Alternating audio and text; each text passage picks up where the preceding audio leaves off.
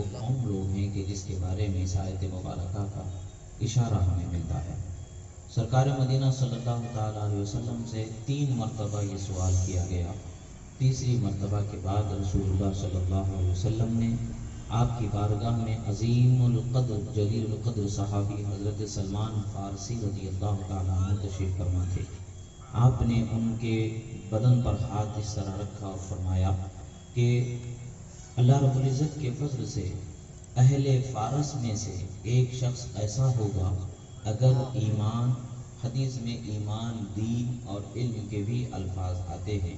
اگر ایمان سریا کی بلندی پر بھی ہوگا تو وہ اسے حاصل کر لے گا۔ حضرت امام جلال الدین سیوطی علیہ رحمت اور رضوان ارشاد فرماتے ہیں کہ بلا شبہ وہ شخص حضرت امام اعظم ابو حنیفہ رضی اللہ تعالیٰ عنہ ہیں، اس لیے کہ علم کے فارس سے تعلق رکھنے والے لوگوں میں علم کی اس بلندی اور کمال پر جہاں حضرت امام اعظم پہنچے،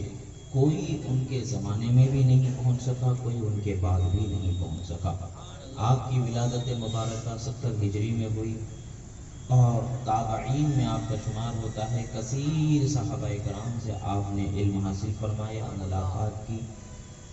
اور آپ رسول اللہ صلی اللہ تعالیٰ علیہ وسلم کی اہل بیت بالخصوص حضرت امام باقر، حضرت امام زید، حضرت امام جعفر صادق رضی اللہ تعالیٰ عنہم سے بھی اکتساب علم فرمایا، علم حاصل کیا۔ اور امام جعفر صادق رضی اللہ تعالیٰ عنہ کی شان میں آپ نے یہ ارشاد فرمایا کہ لولا السنتان لہلک النعمان، فرمایا کہ اگر نعمان کو یہ 2 سال نہ ملے ہوتے تو نعمان ہلاک و برباد ہو گیا ہوتا۔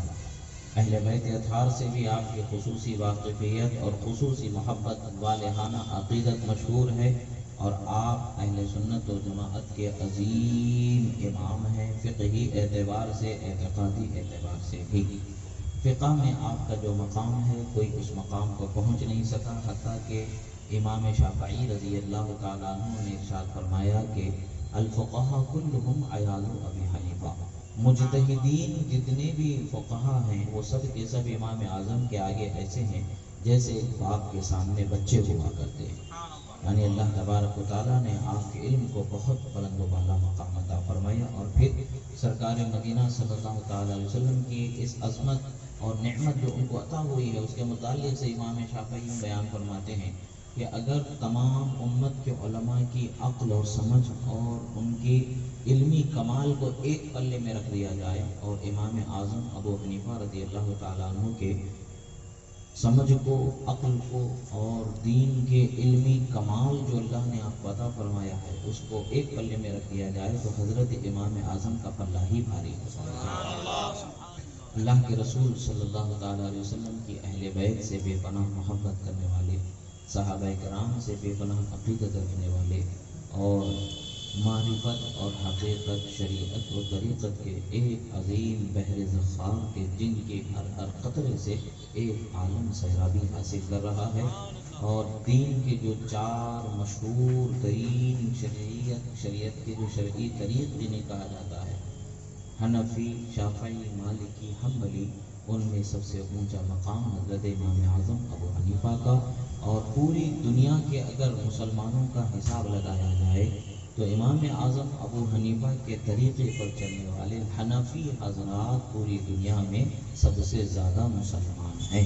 انہی کی طرف نسبت کرتے ہوئے ہم اپنے آپ کو حنفی کہتے ہیں، یعنی فروعی معاملات میں، جیسا کہ وضو کس طریقے سے ٹوٹے گا، وضو کیسے نہیں ٹوٹتا ہے، نماز کے کیا فرائض ہیں، کیا شرائط ہیں، نماز کتنا پڑھنا، کیا پڑھنا، کیسا پڑھنا، فرض ہے، واجب ہے، سنت ہے، اور حلال حرام، بے پاک، تجارت، شادی بیاہ وغیرہ، یہ سارے جو معاملات قرآن و حدیث میں بیان ہوئے اس میں سے چن چن کر کے جو احکام کا استنباط فرمایا، اس استنباط کے امام اعظم ابو حنیفہ کے اس استنباط پر عمل کرنے والے، ان کے فتوے پر عمل کرنے والے، ان کے طریق پر عمل کرنے والے حنفی کہلاتے ہیں۔ اسی طریقے سے شافعی حضرات بھی ہیں، مالکی حضرات بھی ہیں، حنبلی حضرات بھی ہیں۔ یہ چاروں امام برحق ہیں، چاروں کے طریقے سچے ہیں، چاروں میں سے کسی ایک طریقے سے جڑ جانا بھی کامیابی اور نجات کی دلیل ہے۔ ہم پوری دنیا میں چونکہ امام اعظم ابو حنیفہ کا طریق جاری ہے اور آپ کو اللہ تعالیٰ نے بہت اونچا مقام عطا فرمایا ہے، اب ہندوستان میں زیادہ تر حضرت امام اعظم ابو حنیفہ کے ہی پیروکار ہیں، انہی کے طریق پر چلنے والے ہیں، اور دنیا کے بہت سارے حصوں میں عرب ممالک میں بھی دیکھا جائے اور دیگر غیر عرب ممالک میں جہاں کہیں بھی مسلمان ہیں 90% وہ امام اعظم ابو حنیفہ کو ہی فالو کرنے والے ہیں۔ اس کے علاوہ جو کچھ ہیں بہت ہیں، سب الحمدللہ چاروں مذاہب کے لوگ ہیں۔ اللہ کا شکر ہے کہ اللہ نے ہمیں ایسے عظیم امام کے طریقے پر چلنا نصیب فرمایا۔ امام اعظم ابو حنیفہ کی خوبیوں میں سے خوبی یہ ہے کہ آپ نے 40 سے زائد دفعہ خواب میں اللہ رب العزت کے نور کا دیدار فرمایا۔ رسول اللہ صلی اللہ تعالیٰ علیہ وسلم سے بے پناہ آپ کو برکتیں حاصل رہیں، بے پناہ آپ کو نعمتیں حاصل رہیں۔ یہی کیا کم ہے کہ آپ کے پیدا ہونے سے پہلے ہی رسول اللہ صلی اللہ علیہ وسلم نے بتا دیا کہ ثریا کی بلندی پر بھی اگر علم ہوگا تو فارس میں سے ایک شخص وہ ہوگا جو اسے حاصل کر لے گا۔ اللہ کے رسول صلی اللہ علیہ وسلم نے فرمایا ہے، اللہ کا رسول صلی اللہ علیہ وسلم کا فرمان حق ہے۔ اور وہ ثریا کیا ہے، وہ ثریا کس طریقے سے بلند ہے؟